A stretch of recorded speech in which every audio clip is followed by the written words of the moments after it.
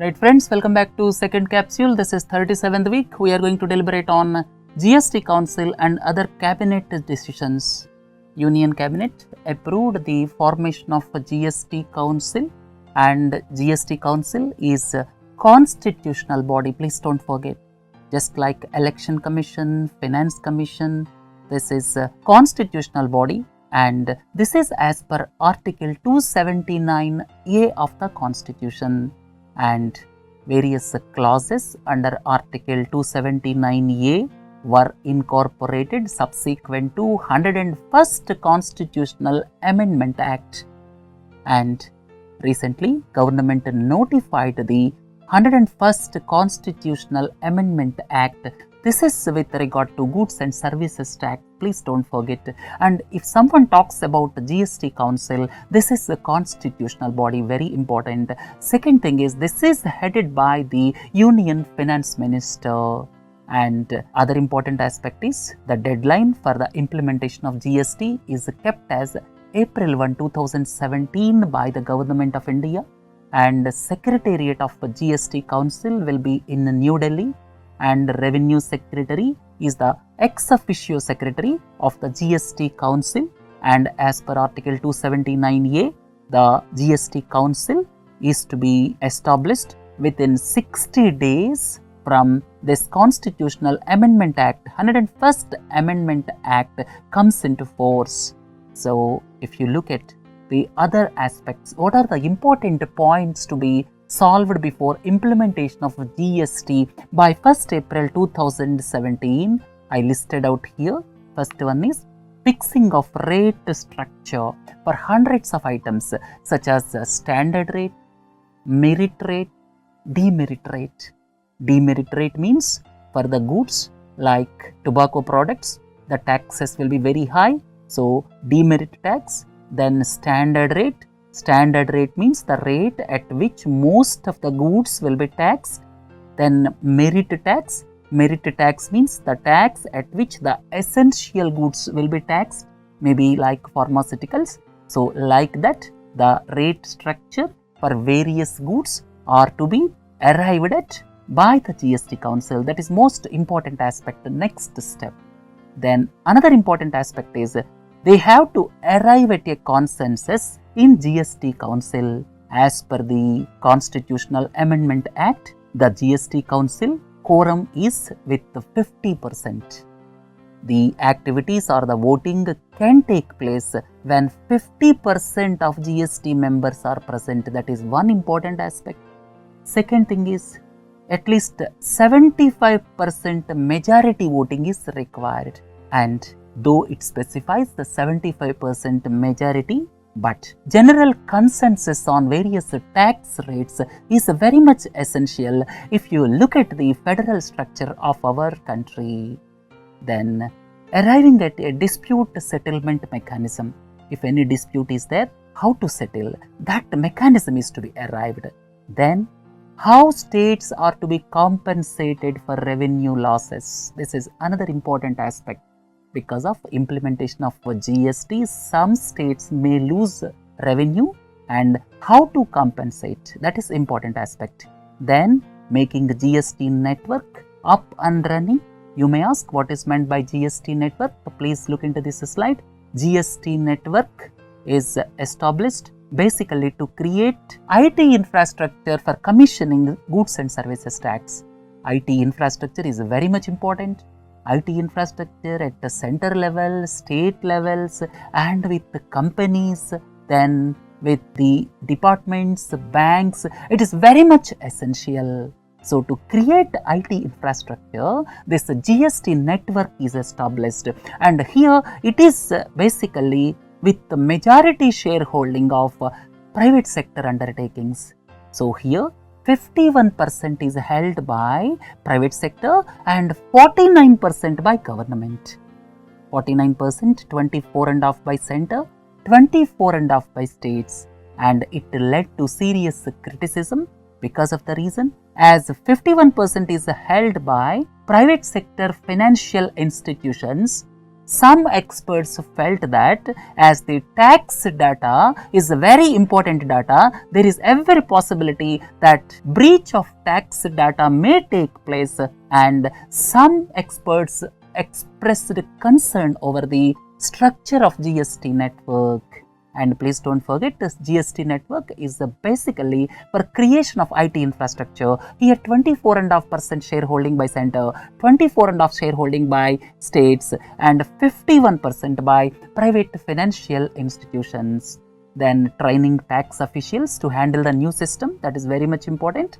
Then companies to install necessary software and hardware. And to complete all these aspects by March 31, 2017 is not an easy task. It will become an Herculean task not only for the central government but also for state governments as well as companies. So this is all about GST. Then look at the second one. The buffer stock of pulses is increased to 20 lakh tons. The government of India took a decision to increase the buffer stock of pulses to 20 lakh tons. As I have told you several times, our production is just 17 million tons. We are consuming around 23 to 24 million tons.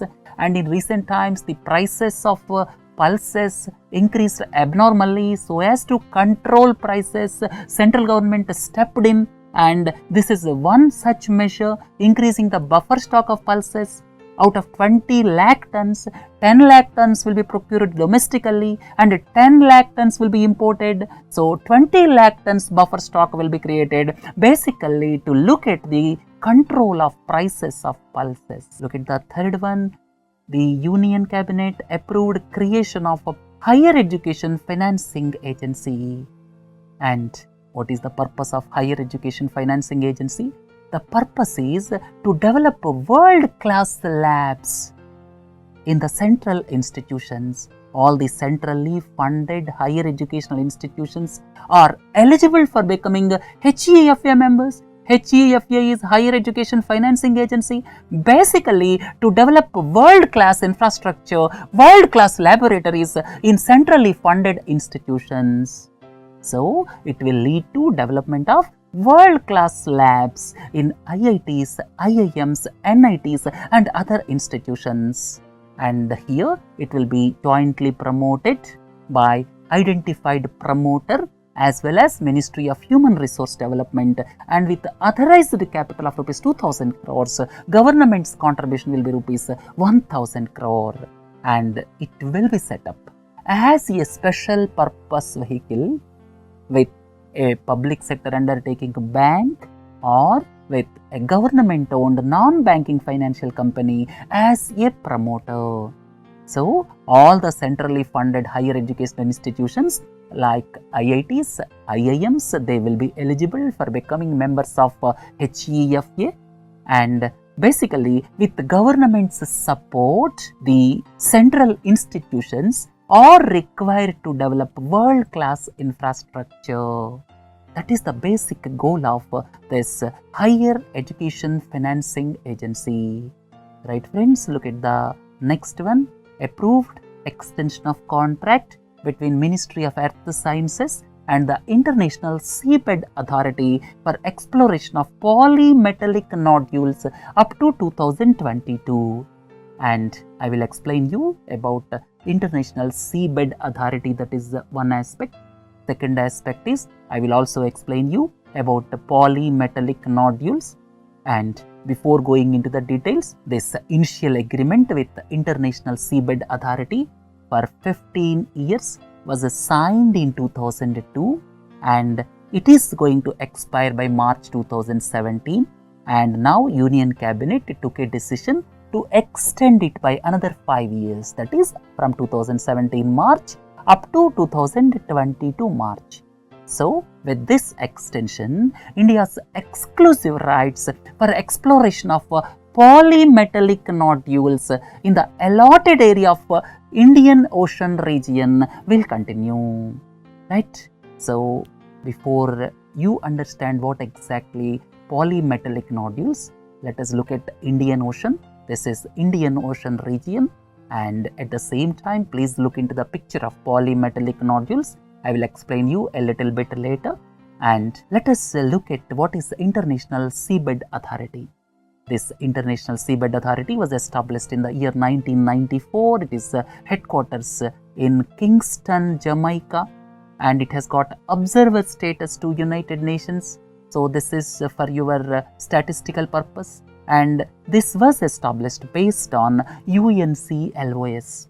We discussed in detail in one of the capsules on UNCLOS. UNCLOS is United Nations Convention on the Law of the Sea, and it is intergovernmental organization with around 167 members along with the European Union. Basically, the purpose of International Seabed Authority is to organize, control mineral related activities in oceans beyond the national jurisdictions. In oceans beyond the national jurisdictions, or you can say beyond exclusive economic zones of countries.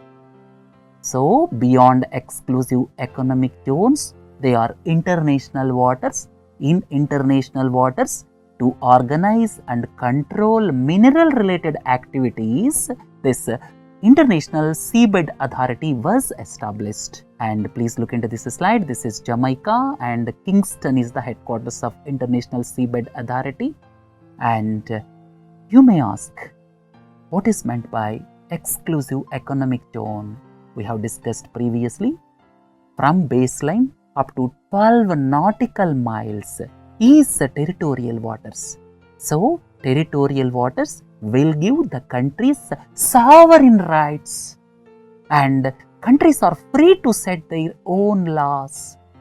And up to 200 nautical miles is exclusive economic zone. So, in exclusive economic zone, basically the countries will have sole exploitation rights over the natural resources.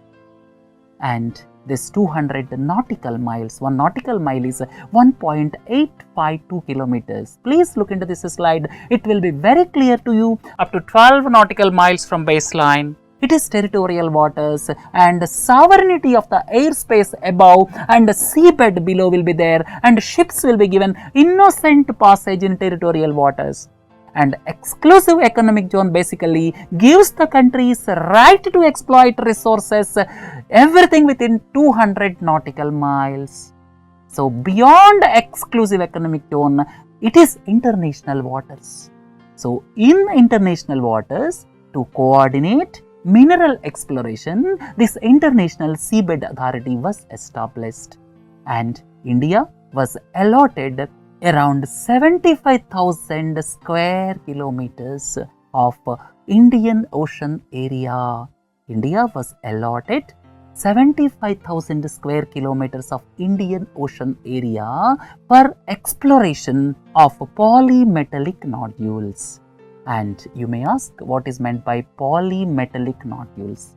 Polymetallic nodules are also known as manganese nodules, and on the sea floor of world oceans in deep sea, they are in abundance. Besides manganese and iron, they also contain nickel, copper, cobalt and other minerals, and of these, nickel, cobalt and copper are considered to be strategic and having economic importance. And please look into this slide. These are polymetallic nodules on the seabed. So, now Union Cabinet decided to extend another 5 years the exploration of polymetallic nodules in Indian Ocean region. And please don't forget, International Seabed Authority is established to look at the exploration of various minerals in international waters beyond exclusive economic zones. Right friends, look at the next one. Union Cabinet also approved India's decision to offer duty concessions on about a fourth of its traded products to the members of APTA, and this is the oldest preferential trade agreement in Asia Pacific region. Initially, it was established in 1975, previously known as the Bangkok Agreement, and subsequently renamed as APTA, Asia Pacific Trade Agreement. and it is the initiative of United Nations Economic and Social Commission for Asia and the Pacific. What is the purpose of this APTA? It is basically for trade expansion through exchange of tariff concessions. So, among the developing country members of Asia Pacific region, this trade expansion through exchange of tariff concessions. This was conceived in 1975. At present, it has got 7 members, and out of 7 members, Mongolia is the recent entrant.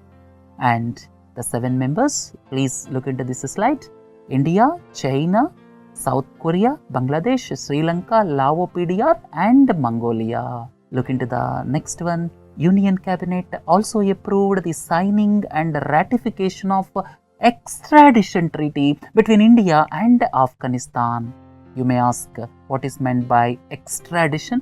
Because if someone is charged with terrorist activities, if somebody has committed some terrorist activity in our country and he is staying in Afghanistan, then as per this treaty, the terrorist is to be deported back to our country. So, it would provide a legal framework for seeking extradition of terrorists, economic offenders, and other criminals from and to Afghanistan. So, the exchange of criminals, terrorists, economic offenders between India and Afghanistan will be smooth.